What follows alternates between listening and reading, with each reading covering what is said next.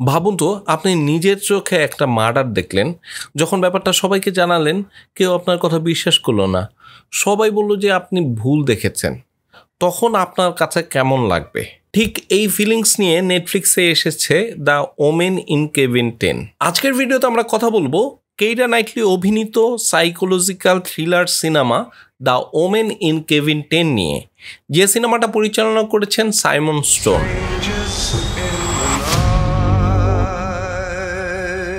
গল্পের main character হলো LORA ব্ল্যাকলক, যিনি একজন ইনভেস্টিগেশন জার্নালিস্ট। কেইরা নাইটলি এই রোলে অভিনয় করেছেন।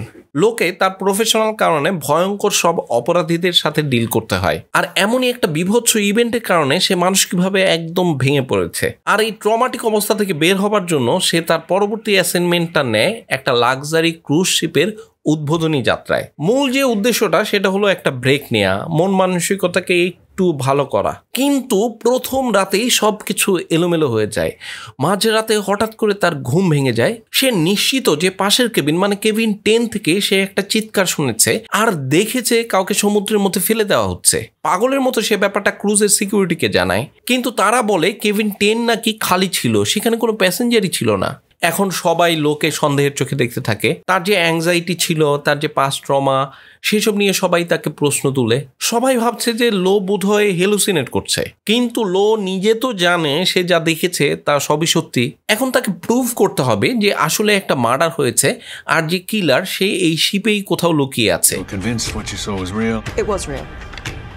দ্য ওমেন ইন কেভিন 10 এর গল্পটা নেওয়া হয়েছে রুথ ওয়ারের লেখা একই নামের একটা বেস্ট সেলিং উপন্যাস থেকে। গল্পের মেইন মজাটা ছিল এর আনরিলায়েবল ন্যারেটর। পুরো যে গল্পটা সেটা লো এর পয়েন্ট অফ ভিউ থেকে বলা, আর লো নিজেই মেন্টালি আনস্টেবল। তো সিনেমাটা দেখতে দেখতে আপনিও কনফিউজড হয়ে যাবেন যে আসলে কি ঘটনাটা ঘটছে নাকি সবটাই লোর ইমাজিনেশন।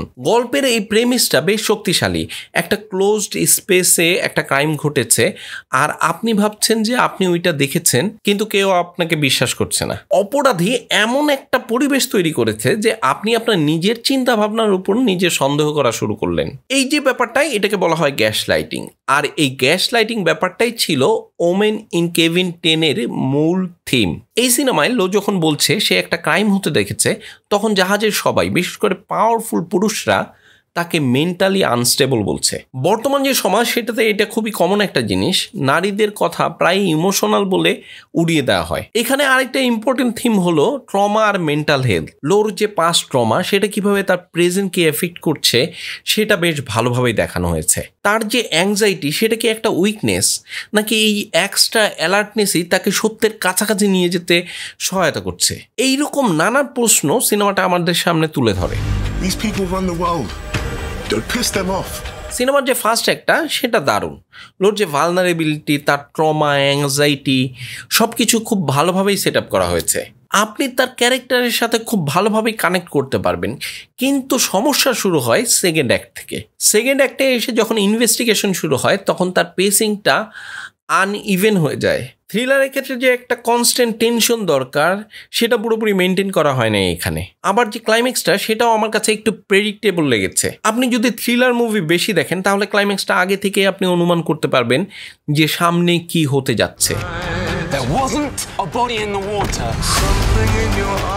এই সিনেমাটা দেখতে দেখতে আমার গন গার্ল আর গার্ল অন দ্য ট্রেনের কথা খুব মনে পড়ছিল। তিনটা সিনেমার ক্ষেত্রে আমরা দেখি সেই একই pattern.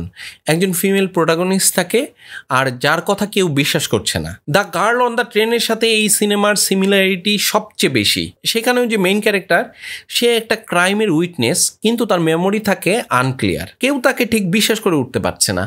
The women in Kevin 10-এও আমরা সেই একই রকম অ্যাপ্রোচ দেখতে পাই, কিন্তু গন গার্লের স্ক্রিন প্লেটা যতটাই স্মার্ট এইটা ততটা না। এই সিনেমাটা ডেভিড ফিঞ্চারে সেই মাস্টারপিস লেভেলে পৌঁছাতে পারে নাই। এবার যদি অ্যাক্টিং এর বিষয়ে আসি, কেইরা নাইটলি এখানে বেশ ভালো অভিনয় করেছে। লো ক্যারেক্টারটার যে ভালনারেবিলিটি, ডেসপারেশন, এগুলো আপনি এক ধরনের ফিল করতে পারবেন। বিশেষ করে যেসব সিনে ক্যারেক্টারটা রিয়েলাইজ করতে পারছে যে তাকে কেউ বিশ্বাস করছে না, সেগুলো কোয়াইট পাওয়ারফুল। তার যে অ্যাক্টিং সেটা বিলিভেবল ছিল।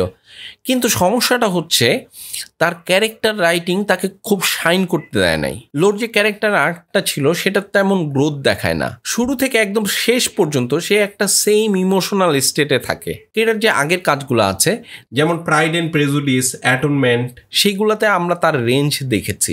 এই সিনেমাটাতে আমরা সেই ডেপথ পাইনি। অন্যদিকে গাই পিয়ার্স একজন অভিজ্ঞ অ্যাক্টর, কিন্তু এইখানে তার যে ক্যারেক্টারটা সেইটা অনেকটাই আন্ডার রিটেন মনে হয়েছে। ওভারঅল যে কাস্ট ছিল সেটা ভালো ছিল, কিন্তু স্ক্রিপ্টটা দুর্বল মনে হয়েছে।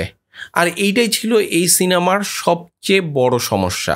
এবার যদি আসি টেকনিক্যাল সাইডে, এখানে আবার কিছু ভালো দিক আছে। যেমন ডিরেক্টর সাইমন স্টোনের যে ভিশন সেটা খুব পরিষ্কার ছিল। তিনি একটা কোল্ড, মিস্টেরিয়াস, সাফোকেটিং অ্যাটমসফিয়ার তৈরি করতে চেয়েছিলেন, আর সেটা উনি অনেকটা সফলও হয়েছেন। তবে থ্রিলারের জন্য যে একটা টাইটনেস দরকার সেটা কিছু জায়গায় মিসিং মনে হয়েছে।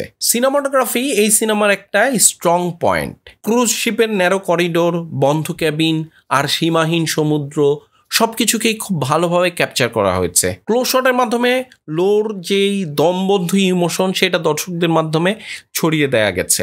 পুরো সিনেমায় যে কালার প্যালেটটা ব্যবহার করা হয়েছে সেটা অনেকটা নীল এবং গ্রে, যা একটা ডিপ্রেসিং এবং ডেঞ্জারাস ভাইব তৈরি করতে সহায়তা করছে। প্রোডাকশন ডিজাইনে একদিকে যেমন শিপের লাক্সারি ব্যাপারটা, আবার অন্যদিকে একটা আইসোলেশন ভাব, দুইটাকেই খুব ভালোভাবে প্রকাশ করা গেছে।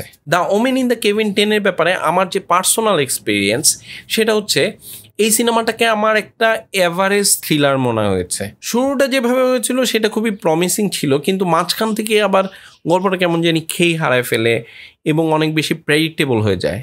কিছু কিছু সিন আছে যেগুলোকে খুব ইম্প্যাক্টফুল মনে হয়েছে, বিশেষ করে লো যখন বুঝতে পারে যে তার কোনো সাপোর্ট নাই, এই যে হেল্পনেস ব্যাপারটা সেগুলোর সাথে আবার খুব রিলেট করা গেছে। কিন্তু ওভারঅল যে এক্সপিরিয়েন্সটা সেটা ভালো না। একবার দেখার পর মনে হবে না যে আবার কখনো দেখি। সব মিলে বলতে গেলে দ্য ওমেন ইন কেভিন 10 একটা ডিসেন্ট থ্রিলার, কিন্তু এক্সেপশনাল কিছু না। এটা যে পটেনশিয়াল ছিল সেটা পুরোপুরি ফুলফিল করতে পারে নাই। এই গল্পটার একটা গ্রিপিং মিস্ট্রি হওয়ার সম্ভাবনা ছিল, কিন্তু স্ক্রিপ্টের যে দুর্বল জায়গাগুলা এবং আনইভেন যে পেসিংগুলো আছে সেটার কারণে একটা মিডিওকার এক্সপিরিয়েন্সে পরিণত হয়েছে। কিন্তু আবার যদি আপনি থ্রিলার জনরার একটা বড় ফ্যান হন তাহলে আপনার খারাপ লাগবে না, আপনি ওইটা দেখতে পারেন।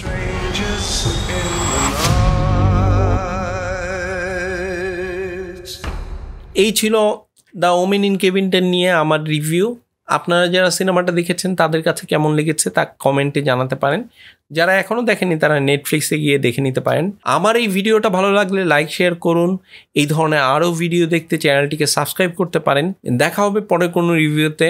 ততক্ষণ পর্যন্ত ভালো থাকুন, সুস্থ থাকুন, সিনেমার সঙ্গে থাকুন।